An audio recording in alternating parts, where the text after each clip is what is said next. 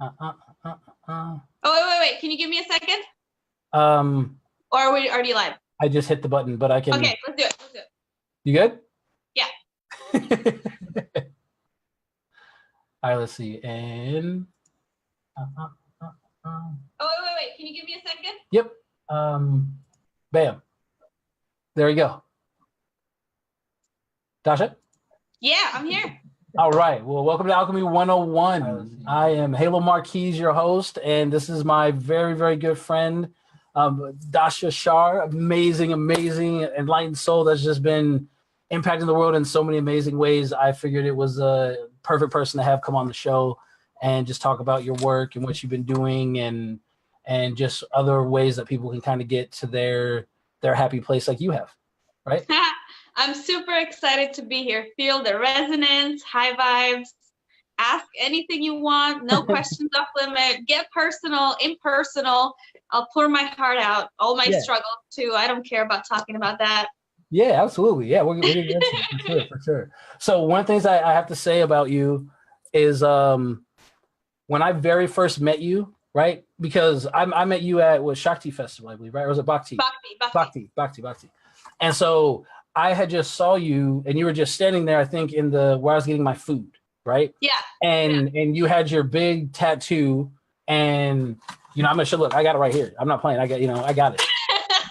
But this amazing tattoo on your back, and you're this tiny little thing with such this big bright tattoo. Is very difficult for a person like me not to at least approach or look or say something, because there has to be a story here, right? Yeah. Mm-hmm. And so we just started chit-chatting a little bit, and you could immediately tell very kindred spirits, very like-minded.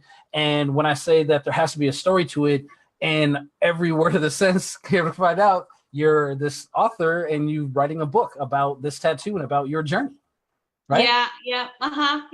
Well, I truly believe that tattoos choose us because they tell a story, because it's divine guidance that comes through us when we put things on our body, because you don't just do it. There's something inside of you, spirit, that tells you like, this is what you need to do and this is why. And for me, it was after my mom passed away 4 years ago. We went to a trip to Thailand and Bali and really understood the power of the mind. And I was like, oh my God, like I was given this life because I am strong enough to live it. And then one day I walked into a tattoo shop and I was going to get a little Buddha tattoo on my arm. And I walked out with my entire bag. That's amazing. That's amazing. How long did it take? 8 hours. 8. Wow. And you just went straight on through? 2 days. Oof. That's still wow. And so and so the book that you have, right? This is the background, the main picture for it, everything. And so what I love about it is, they always do the picture says 1,000 words, but you have this picture with your saying that's right there. And for whatever reason, like when I look at this, the art that you chose to go along with the quote, it's like it's a very strong but subtle, like beautiful piece to go along with the quote. So I think like you got that whole thing just like very perfected, right? Now, thank you. No, thank you. It's like it's a beautiful thing. One of the things I wanted to ask you about was like looking on it, the time that's on your tattoo. I had just recently discovered what it means. Years after getting the tattoo, I had asked the artist to put a random time, because nothing is random. Now I know that's true. And he put 333, and I came to this realization in the book, the connection between the body, mind, and spirit. Right. It's the 333. Right. And this is what I have on my body now. I am connected divinely, having source guide my path. Yeah. Now, when you say that, do you feel that?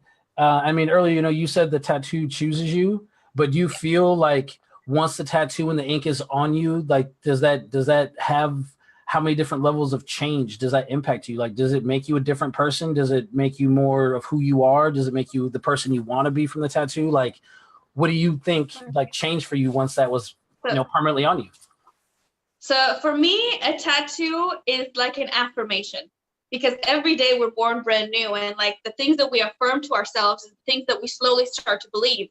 and my quote and the Buddha and the clock, like I see it every day, and I'm refreshed over and over again of the strength that I have because I was given this life.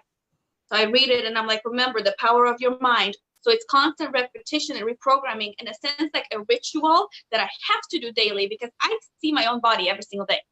So it's like I look at it and the ritual is just like a reminder, recondition.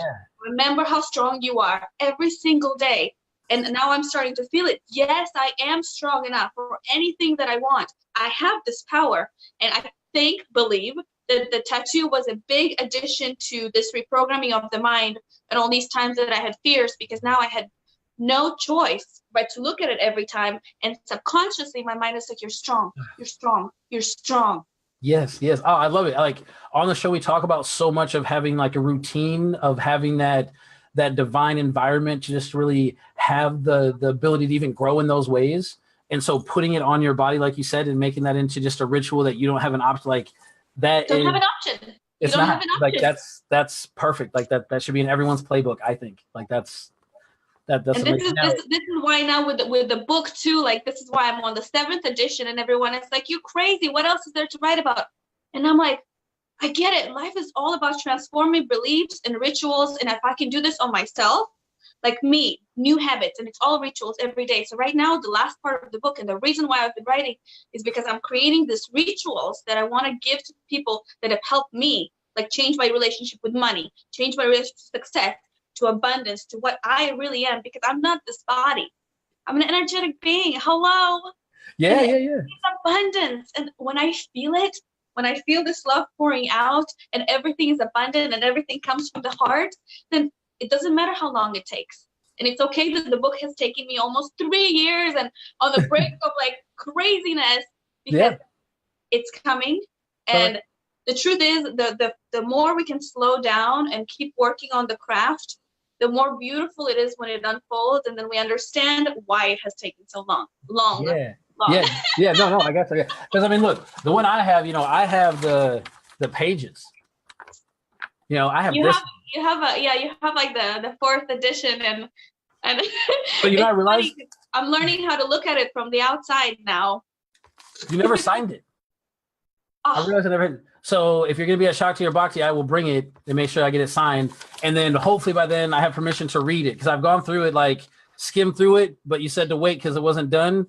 So, but there's some really good, like even at the very beginning, like the little what ifs and stuff, like there's really amazingly beautiful, simple keys in here that I think would like help so many people. So I'm not trying to rush you, but we need this stuff. So I love you. Yeah, I love you too. The feeling, the before and after feeling, the person that I used to be when I was holding on to so much negativity from the past, especially because it all came from my mom. And now when I came to the realization that she was just projecting her own fears, insecurities, but I chose to take them personally because I was little growing up. And then what we choose to focus on is mainly the negative things. And then we create the story of a monster. And then I became the monster. And then I would look in the mirror and I'm like, I hate what I see. I need to get a plastic surgery. I look at that car. Oh my God. For 3 years, I wanted to get plastic surgery. Oh my God.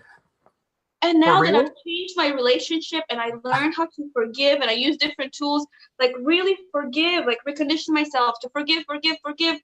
I have learned to open the heart again and now not be afraid to get hurt. Not be afraid to love fully.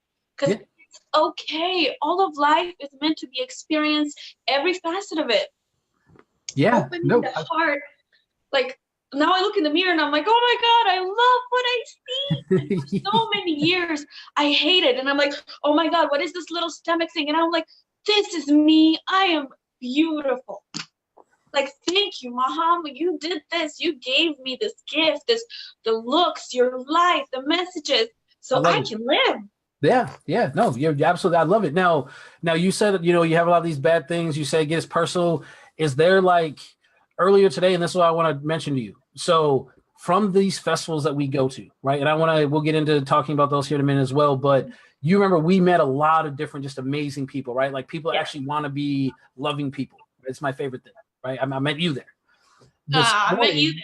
Yes, absolutely. This morning, I was on this amazing conference call. There was about half a dozen guys. Do you remember the younger kid, Risen? Have you seen Risen before? He has glasses. He does all sorts of motivational speaking. If not, it's okay. I met him there, and I guess he kind of put this thing together. But they call it Soul Brothers, SOL. And every Nice. Friday at 9:30 Pacific time, they do like an hour and a half conference call and just touch base on what are you doing to build your life right now? And there's a little lesson. And so everyone went through, and today's topic was on forgiveness. And just, it was an amazingly beautiful thing. And just with everything that you're already doing, I was like, man, I know you're on Zoom. You have a lot to talk about. So you guys might want to think about putting together like a little females festival, from just a way to stay in contact with these people that we meet, because we only get to spend so much time with each other. But this way we can do it and keep each other motivated week in, week out. And I like that. right. And so today being about forgiveness, when you're talking about, I thought it was so perfect that that was the topic, because I'm talking to you about someone that had to overcome all these terrible things. Right. Mm-hmm. And so I know we're on Facebook, and this will end up being on Artists First and everything. So I had to get into like one of my very difficult things of my upbringing and like my horror stories. Right. And I've got more than enough, but do you have like one that you feel was like a big thing that you had to get over, that once it did, like that's what was the thing that changed? Would you mind talking about that? Yes. So that's the very essence of what I wrote about in the book. And I believe that I am a representation of everybody. Since I had energetically overcome that and opened my heart, and now my heart is open, every conversation I have is the same. Somebody has somebody in the past that did them wrong. And they're like, oh, I still can't forgive them. And a lot of people have already passed that have done us wrong. And people are still holding this grudge, ultimately making themselves suffer because they're holding on to the past, so they can't be fully present in the moment. So for me, during my ayahuasca journey, I came face to face with my mother.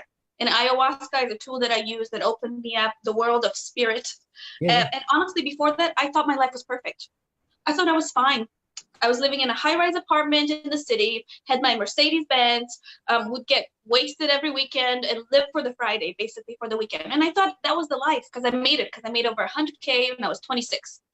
But I had no idea how much hate I was holding on to, because at the same time, I was looking into getting plastic surgery because I hated what I saw in the mirror.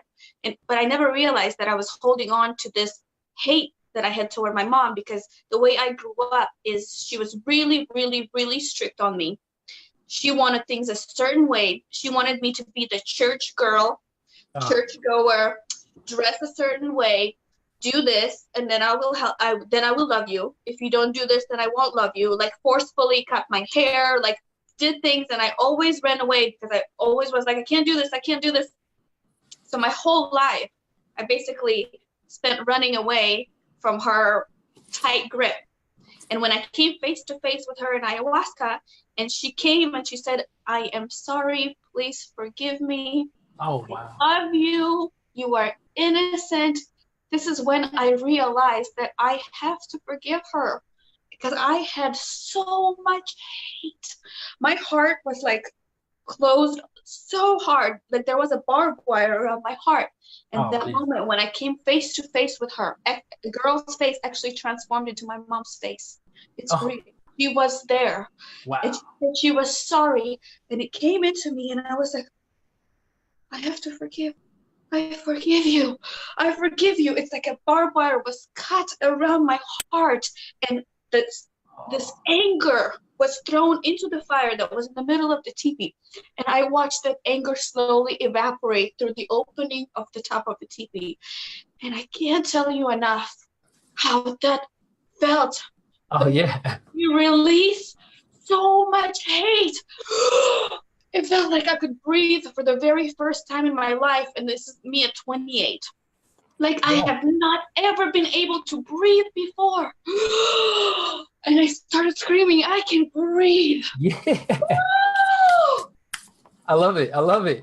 But the most important part came right after that, like the integration. It's like, what are you going to do every day to remind you that you're forgiving? Because 26 years worth of abuse, it takes a while to reprogram. So then I use the Ho'oponopono mantra. I don't know if you heard about it, but the amazing mantra from Hawaii on YouTube. You don't even have to do anything. Just listen to it. I listened to it every single night for a year. Would you mind saying it again? Oponopono. Pono? Oponopono. Yeah. Oponopono. Okay. It's a mantra. It's on YouTube.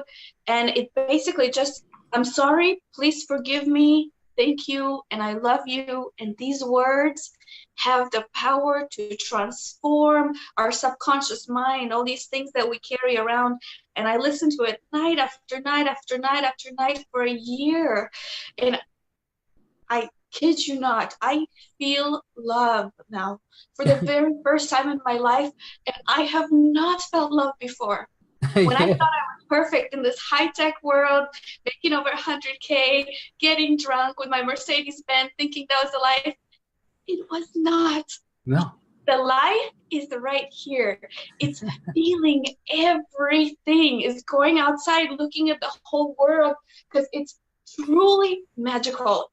It's a gift. Everything is vibrating. This is the greatest gift in the world.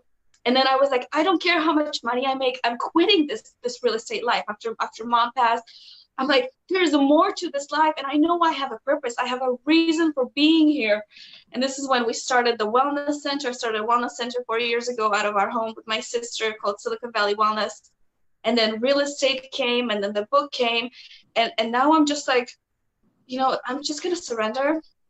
If the universe needs me to be in real estate right now because I'm going to deliver my message of love through real estate, then this is where I'm at. Yep. This is where I need to be. If I need to go over there, like somebody calls me, then I need to go over there. Yep. And I'm just like this, like blah, blah, blah, blah, blah. And just like back meditation, listen to the internal voice, appreciate love, gratitude. Yep.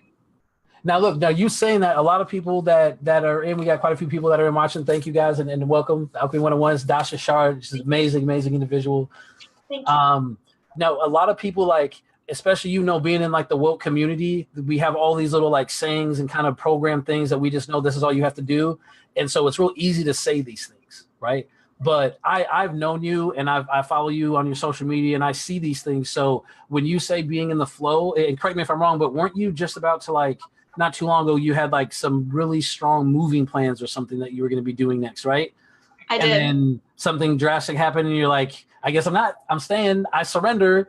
And most people really in that moment have like a breakdown and freak out and everything. And so for you to say like, I surrender, and I've seen you actually do that. And guys, I'm telling you, if you're with us on the show right now, or if you're listening to us on Artist First, hearing it in her voice, there's a different type of like life in what she talks about and in her person. And it's from this it really is the complete surrender we talk about on the show all the time. And it's just, I don't mean this to sound wrong at all. I don't get a feminine point of view on this that often, because a lot of times when they are in it, they stay within the female circle and help lift up other women. I think that's a fantastic thing. But you would just want to impact everybody, anyone that you can help and uplift. So thank you so much for coming on the show and talking about this stuff. It's great. I love it. So surrender is just like following with what feels good. And sometimes you think you have a plan. I had a plan on 11/11, which was November of last year. I was going to leave on my book tour, on a journey. I was ready. I got rid of all my stuff. I got a van, I still have a van. I drive around in a mobile home. I was like, I had this plan. That's it. I'm ready. My message of healing. I made a few real estate transactions. Great. I have some abundance in my pocket. And then a great guy walked through my open house and we hit it off. And then it was like, he's like, you're staying, you're not going. And I was like, wow. Like my whole life was like, I had a plan. I was ready. Yeah. And then I was like, well, why would I go? I'm enjoying this right now. And he wants me to stay in real estate, help him with stuff. And then I'm like, is the book really ready? I don't know. So then come to find out, I had a few people read the book, and what they were responding back was not the message that I was intending. So I'm like, maybe I'm not ready. Even though I've been writing for almost 3 years, maybe the universe still wants me to digest some things that I haven't quite chewed up enough to understand from a higher level perspective. Right. So then I'm like, okay, so I'll keep doing that. And in the midst of all that, I'm going to continue to do real estate because I'm really good. And this guy wants to help me and do the things that I don't like in real estate. So wait a minute, I can get paid to do very little work and still continue to do what I love until it becomes what it's supposed to become. The dream. And now I have a coach, an editor that's like working on it from a higher level perspective. And wow, she's like taking me out of the story and she's like, we're pulling you out of here and we're going to create this because you're an energetic being. You're bringing energy from Kazakhstan, Russia to Israel to here. You are a representation of what was happening in the Soviet Union right there, in Israel, for the Russian Jews. Like, you're bringing all of this together. This is not just me, this little body. I'm bringing all of these cultures together, those transition families of immigrants, what people believe being doctor, lawyer, engineer, those limiting beliefs of family of immigrants and the hard, strict rules. So I'm bringing a lot of lessons that are much bigger than just little Dasha. Yeah. So but I'm telling you, talking with you, is going great. Yeah? Big Dasha, talking with you, big Dasha. Like, I'm telling you, it's one of those things where there's so many people. Like, again, you've been to these festivals. There's so many people and amazingly beautiful people, but there's a handful of people that really stand out because of the amount of energy that they bring. So for, again, you being, again, like you mentioned, this tiny little thing, you have this huge amount of energy for it. And I truly believe it's because you've surrendered to these things, and because you've gone through all these different tribulations and trials, but you didn't victimize yourself out of it. You used it as a tool to develop into this character now, and now you can tackle whatever you want to, right? And you're just going through with whatever your divine path should open, and you're just running with it. And that's a beautiful, amazing thing. And I think this is where this overabundance of love and smile and energy that you have. And so I want to acknowledge that for you. You know, you don't hear it that often. Like, it's an amazing thing. And thank you for leading more people in this direction. I absolutely love the fact that we met at a festival. I'm really new to the festival world. I'm only a few years in, but I realized that you don't have to be in close proximity to build your community, to build your support system that will help you. You can be in different states, different countries, and you meet at the same place because you have a common goal and you resonate at the same frequency. And then you can keep in touch and help each other because you're now connected. You found a way to connect through the festival. And now with social media, there's no boundaries of time and space. Yeah, and you can uplift each other and help each other, like what we're doing to one another, tell each other's story, pull the spirit out of one another. It's just like, keep going. And we don't have to be next to each other, which is the coolest thing. Yeah. Festivals, it's transformative and it's so personal. Like, some people do go and like get wasted, whatever. For each person, what they want out of it, their intention is what they get out of it. So if your intention is to like find like-minded people that will elevate you, bring out your spirit, pull the spirit out of you so you can live your divine purpose, then you attract those kind of people, and it doesn't matter where they come from in the world, which is cool. Yeah, it's your soul tribe. It's amazing. Like, there's people I met 2 years ago at Beloved that I talk with now more often than I talk to family I grew up with. And same thing, like you said, it's because we have those same like minds and we motivate each other. And what I love about your mantra you were saying earlier, right? Your Hawaiian mantra, right? What I love the most about it is it's all taking everything to self. It's making yourself responsible for everything. It's taking responsibility. It's being honest. So when you get other like-minded people that can do that, and you get nothing but versions of authenticity, the things that we can help each other manifest and really impact is like why I think it's so important that we keep doing the work that we're doing, and it's so phenomenal. So you're new to festivals. I talk about it all the time, but there's still a lot of people that have not been to them. So if anyone's out there listening right now that's ever been to one, like, what would you say would be the first like 1 or 2 good festivals for them to go to?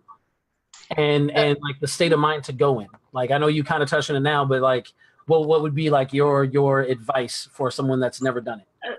So I dove in deep right away. I went to Burning Man, and most people like start with the smaller festivals because Burning Man is hardcore. You have to really get conditioned for it. But a state of mind that I would approach a festival is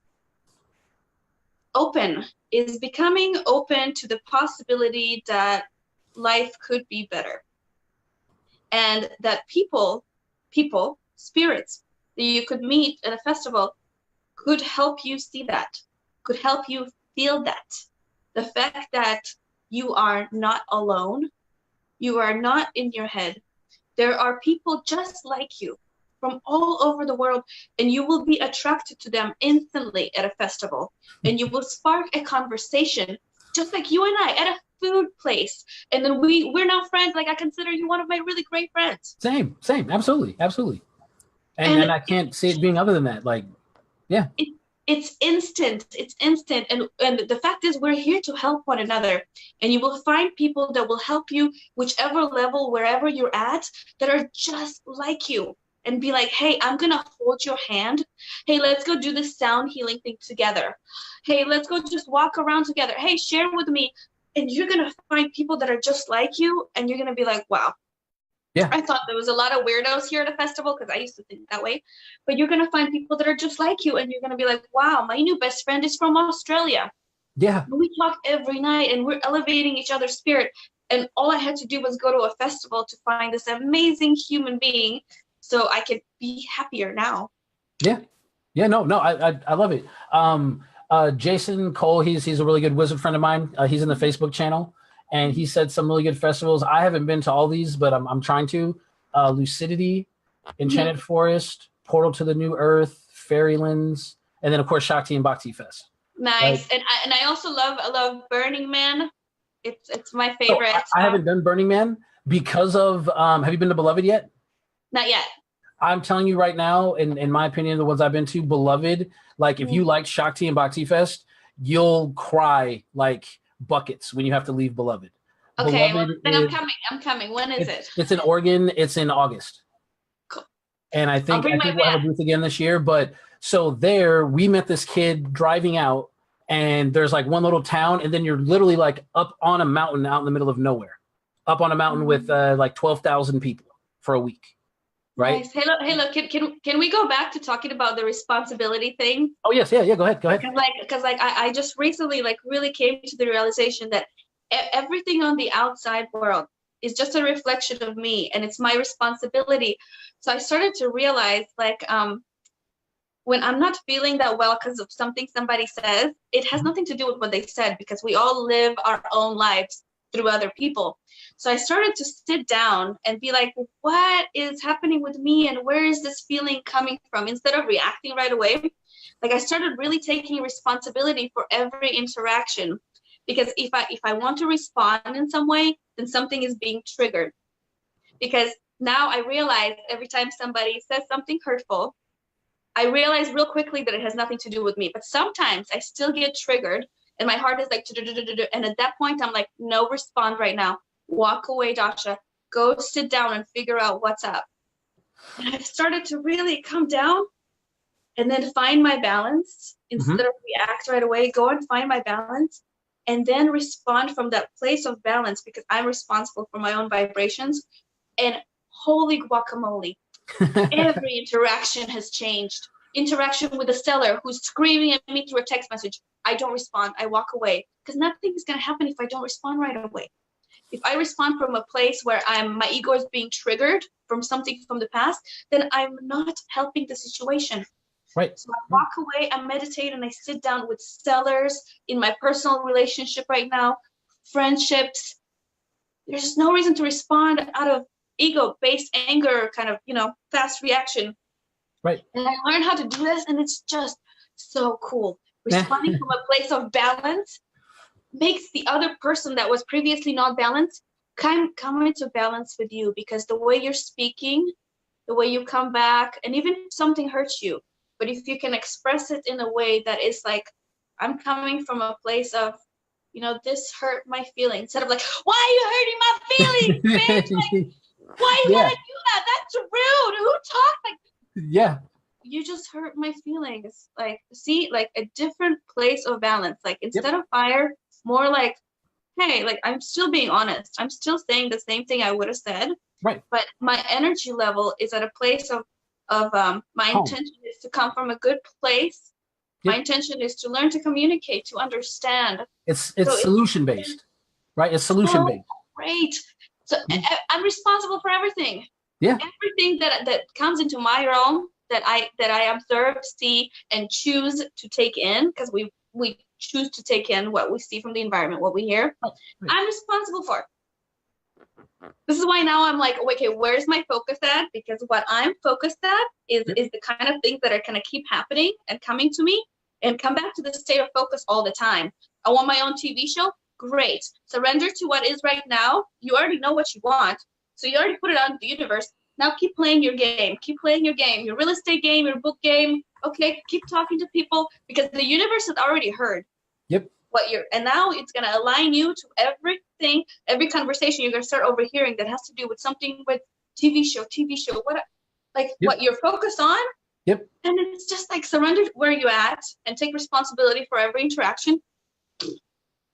I love it. No, that's perfect. Yeah, and so you saying that, right? So earlier you talked about you met this amazing guy, right? Now I love talking about the way that our current society does relationships because I think it's insane, but it's okay. I know you have a very like you guys are amazing. You're super overly happy and everything.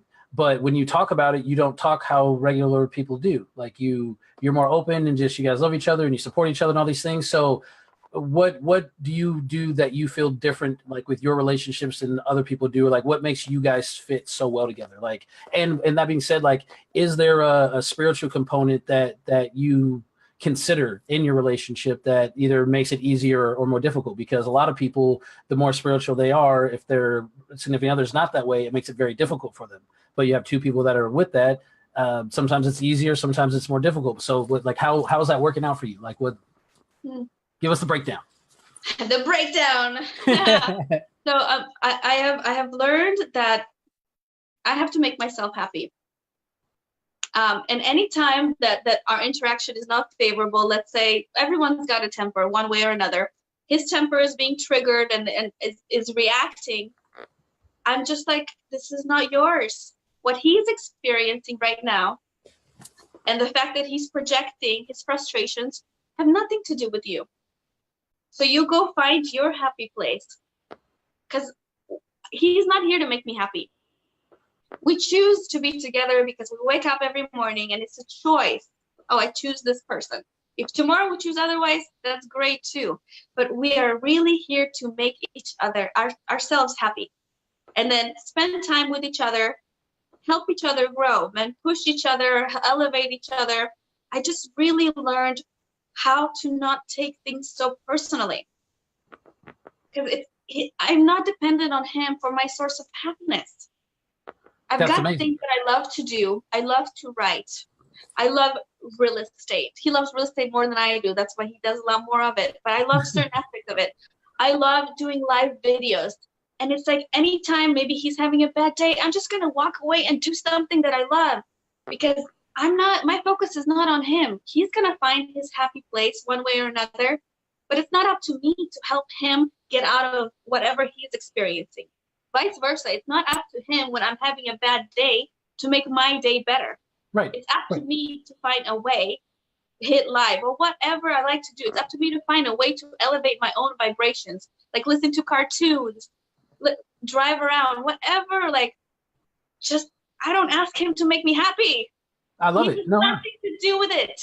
It's just me, myself, and I.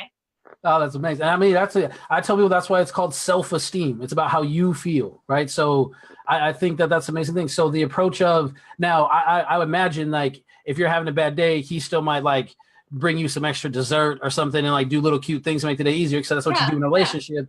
But you're saying you're not doing it from a point of dependency. You're doing it from a point of like dual elevation to where both of you are trying to do this thing together. And if the current dynamic is working together, then that's what you do. But if it's not, then you're not upset if the other person has to go do their own thing to make their life work the way they want. Does that sound right?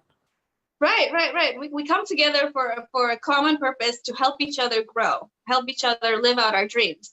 But then we go separate ways and do our own separate things. We're not completely intertwined, like in each other's business all the time. We give each other space to do our own things that we love. And the cool thing that I love is that I'm learning how if you make it all about the other person, like I talked to him about his real estate, his million goals, and I make it all about him for a long time, and we're in his story. And then he turns around and he's like, so your book, so you're speaking. And without me even asking him, because I've made so much about him, then he turns around and he's like, so what's up with that? When are you going to schedule that speaking engagement? Yeah. It looks to me like you're being like a chicken. What's up? Like, and then he makes it all about me, and it's helping me push. And it's like, you want to spread the message. So why are you sitting? Why do you keep writing? Like, spread it, schedule it. And then I'm like, he's like, do it right now on Facebook. Ask somebody where you can speak. What are you waiting for? So it's like, I made everything about him for a minute. And I was like, okay, your goal is $1 million. What do we have to do to make it happen? Let's write it up. And now, like, we're all talking about him. And then he turns around half an hour later, and then he's like, okay, so what about you? That's awesome. So, so let me backtrack what I said then. So you guys are both okay with your own independence and doing your thing, but at the same time, you do make it 100% about the other person, knowing that they're going to do that for you that the same way. And so it's a constant support system for whatever it might be that you guys just found works for both of you.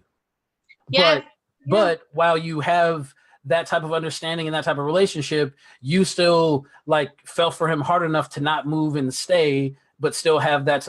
Like, that's a very interesting concept for a lot of people. But I think again, seeing you and again how you talk about it, like, you seem much happier and much more intrigued about how your guys' life is than a lot of other people talking about how theirs is. So it's funny. I'm in Portland, so relationships are really weird up here. It's all over the place. But I think it's interesting that most of the people I know that have an unorthodox version of their relationship always seem to be the more happy people. Well, you know, everyone keeps asking me, like, is he the one? Are you just in love with the idea of love? And then I'm like, right now, I'm having a great time. He gives me the butterflies. He makes me happy. He helps me grow, and I feel like I'm doing the same thing. Why do I need to have a plan? Yeah. Why do I need to have the one? Why do I need to look into a future which I have no idea where it's going, whether life will even exist? Like, who freaking knows? Right now, I'm happy. Right now, I feel like I'm exactly where I need to be. He makes me happy. Yeah, we have our struggles because relationships are hard work. You have disagreements, the ego gets triggered, you walk away for a few minutes. I've even walked away for one day before. You know, I needed to let it out. Wasn't there for a day. But at the end of the day, I feel love. He feels love. So I feel like whatever it is, we'll overcome it. If it's meant to be. Yeah. And if it's not meant to be, fantastic. Like, love is great as long as you're present in it, like in the moment, just be there. There doesn't need to be a plan. I no longer care about like the wedding thing. I've done that before. I no longer care about the white dress, the ring. It was so long in my bubble, and then I saw like, oh, that wasn't really for me. Now I'm just like, I want to be in love. I want to feel this love. I want to be open to it, and however long it lasts, it's a blessing. I love it. I choose every day, like it's a choice. Like, every day I wake up, I'm not obligated to be with him. Like, you know, we choose each other all over again for the purpose of personal growth and helping each other be better, live a better life. That's amazing. Now let me ask you this: that point of view that you have, that's the same way from talking earlier with about just how you handle life in general, being open, like being in the moment. Which one of those came first? Was it that you already were just letting life be in the flow and be that way? Or did you get to where you learn that when you let relationships be in the flow, it makes life easier? Like, which one of those two things came first? Because I feel like you applied both of them really well, and that's what gives you the freedom to be you and express yourself and live the life way that you want. But one of those had to come first. Yes. So I'll be honest. I'm not, sometimes I struggle with this flow concept still. Like, sometimes I'm like, oh my God, like, am I really where I'm supposed to be doing, where I'm at? So it's still a work in progress. I'm not 100% in flow all the time. But a lot of the time I am.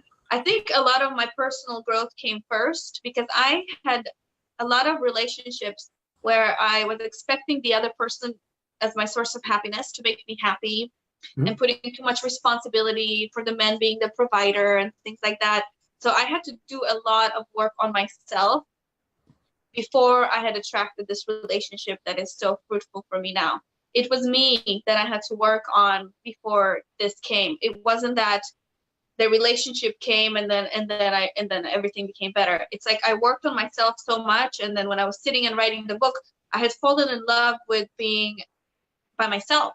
And I had started going out, doing events. I was no longer dependent on somebody being next to me, doing events with me, spending time with me. I had learned how to be so in love with being by myself, spending time alone, doing what I love. I was in flow when I was writing, like, all time disappears, all days. There's no concept of days. What day of the week it is, what time it is. When you're in the flow, you're just in it. And, like, you'd rather do that than do anything else, than spend time with people, go to parties. That was my book for me. And now this is what I'm experiencing right now as well. So I learned how to be by myself and to love myself and not have any more of these alone moments, because I was never alone. I was now like doing something that I love and absolutely loving myself and going out and doing things by myself. And then like I didn't care if there was somebody next to me or not. Yeah. I was like, I'm going, I have a book, I know what I'm doing, I'm having fun. and then he was like, walks into the open house, and then he's like, hello. And it's funny because the very first conversation we had on the phone, I had called him back after he left me a voicemail, called him back 3 days later. What a terrible realtor. And he wanted to help me in like real estate. He's like, oh, I can teach you this and this. And I was like, wow, this guy like just really wants to help. And he doesn't even know me. And he wants me to teach me all these things that are going to help me create more abundance. So I guess energetically, it was just like, wow, this is a beautiful soul that just wants to help out. He doesn't even know me or is asking anything in return. So and look at y'all now. That's what I mean. Like that divine purpose, like it's always just in play as long as we're open to it. You know what I mean? And so, so for you now, you said you're on revision 7. Yeah. Right now. Okay. How many do you think that you? This is the last one. Yeah. Yeah. That's it. Okay. Now I'm gonna ask because if not, it's okay. But so, do you have any like upcoming things that you have planned out, or do you have plans of upcoming things that are going to be coming out? So a week and a half ago, I had an interview with Discovery. Wow. HDTV. Yeah. They found me. I thought it was a scam. Ended up being a real thing. Wow. And the funny thing is, it came through real estate, and I was so like trying to fight the fact that I was done with real estate. And then I was like, wait a minute, the whole conversation with Discovery Channel, HGTV, was about energy. So I'm like, ding, ding, ding, like, stop fighting. And now like more real estate's come, and it's just like, okay, all right, like, okay. And I'm as spiritual as I am in this 3D real estate world. So I'm like, somehow it's all connected. My bigger plan is to transform 7 billion lives. And how I'm going to do it, I don't know. And if it's going to be through a TV show, through a movie, through the book, through real estate, it's not really up to me anymore. It could be all of the above. Yeah. And a lot of people say you do a lot, but yeah, now I have like coaches that I've managed to create some abundance so I can hire teams that help me, amazing teams. And I'm like done stroking my own ego, and I stroke other people's ego. And I'm like, oh, you guys are doing so great. And now I have this real estate team with Ryan, and he's got a secretary. So now I'm only doing things I love in real estate. And I have my book team, which is my editor. She's editing it. So, and the TV, like it's all coming together because now there's people around these things that are helping me. Yeah. So I'm not doing this by myself anymore. And because also you mentioned earlier, like being in the flow, you're being very patient about it. Right. And I think a lot of times we don't really hit our goal because we're trying to rush it. And that creates extra tension and frustration. And we don't execute as well as we could. So doing it the way that, and you will. I feel that. That's something I feel that. I'm not gonna lie. It's still a daily struggle. Like the book, I want it to be done faster so I can speak. And I created like this thing for myself that's like one step in front of the other. But I'm like, wait a minute. Like I can speak before the final version. Like, why does it have to be so structured? Because in my head, it made sense. If I have something to sell, then I will speak about it. But the universe, it doesn't work that way. There is no specific path. We create in our head a specific path. And for me, it was like, when I'm as good as Tony Robbins, then I will get up and speak. And my coach, Nina, oh my God. So she's like, Tony Robbins took like 30 years to get to where he is. He didn't start out speaking the way that he is now. And then it's like, wait a minute, just get up and do it. And other people's voices also get in my head all the time. Like when I make my videos and people are like, well, here's one I got. What is your upsale? What is your what? What are you gonna sell? Like, what are you selling in your video? Like, why are you making a video if you're not like selling something? Another one I got, you are too excited, and it comes off like you should probably be a lot more mellow and toned down because people don't take you seriously. So these voices got in my head, and I stopped doing live videos because I was like, wait a minute, like I need to work on my craft to become better. But wait a minute, if spirit wants to speak, let the spirit speak. Yeah. Why does the spirit need to have an agenda? Why does the spirit need to have a coaching package? If the spirit wants what it wants to do, it will maneuver you to your abundance. And now I have abundance through real estate. And what happens next, I have no idea. And I don't need to make upsale videos. I just need to keep practicing talking so I can be confident when the time comes and I'm ready to stand up in front of 100,000 people, that I'll be ready. Yeah, Big Dasha. Then Big Dasha comes out. You're good. I know it. I know it's gonna be amazing. I'm super, super excited. Now you're in you said San Jose? Yeah. Okay, so there's like 3 shows that I know that are coming up in the area ish, I think. So I definitely got to get you to come out to those. Even bring, like, if you've got books that you can bring, please bring those over. Like, that'd be amazing. Like, oh my God, I would love that. I'm like your #1 supporter, and I'm wearing all your gear, dude. I love it. I want to say something. The moment I put it on in Bhakti Festival, I had knee pain. And it disappeared. And then I told my sister, and she's like, I don't believe it. And I'm like, well, you don't want one? Suit yourself. But my knee pain had just disappeared because I put this Schumann frequency bracelet on, and it works. And I'll put the other one on too. And it works. It really does work. And it's not placebo. Thank you. Yeah, thank you. No, look, it's crazy. I was just in LA for this dance, like, expo. It was a dance award ceremony, right?